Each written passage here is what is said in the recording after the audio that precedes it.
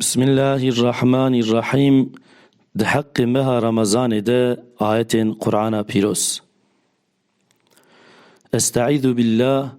Ya eyyühellezine amenu kutibe aleykumus siyam kema kutibe alellezine min qablikum leallekum tettekun.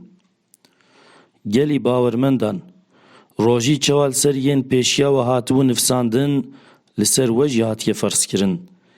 Hêvî heye hûn ji Xwedê bitirsin. Emrê Xwedê bînin cî û xweştiştên guneh biparêzin. Eyyâmen me'dûdât femen kâne minkum merîden ew alâ seferin fe'iddetun min eyyâmin uxer. Rojyal we hatiye ferskirin rojên hejmartîne. Kesên ji we nexweş be an jî li rêwîtiyê be li seferê be bi qasên rojên negirtiye bila di rojên din de bigire. وعلى الذين يطيقونه فدية طعام مسكين فمن تطوع خيرا فهو خير له وأن تصوموا خير لكم إن كنتم تعلمون.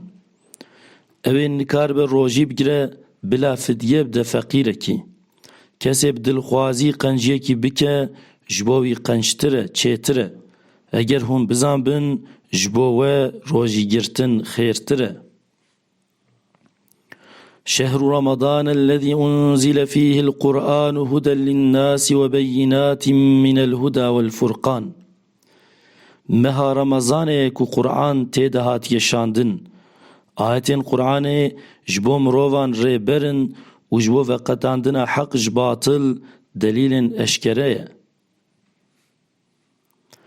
فمن شهد منكم الشهر فليصمه ومن كان مريضا أو على سفر فعدة من أيام أخر. إدي كيج وگيشت ويمه بلاد ويمه ده روجي بگره.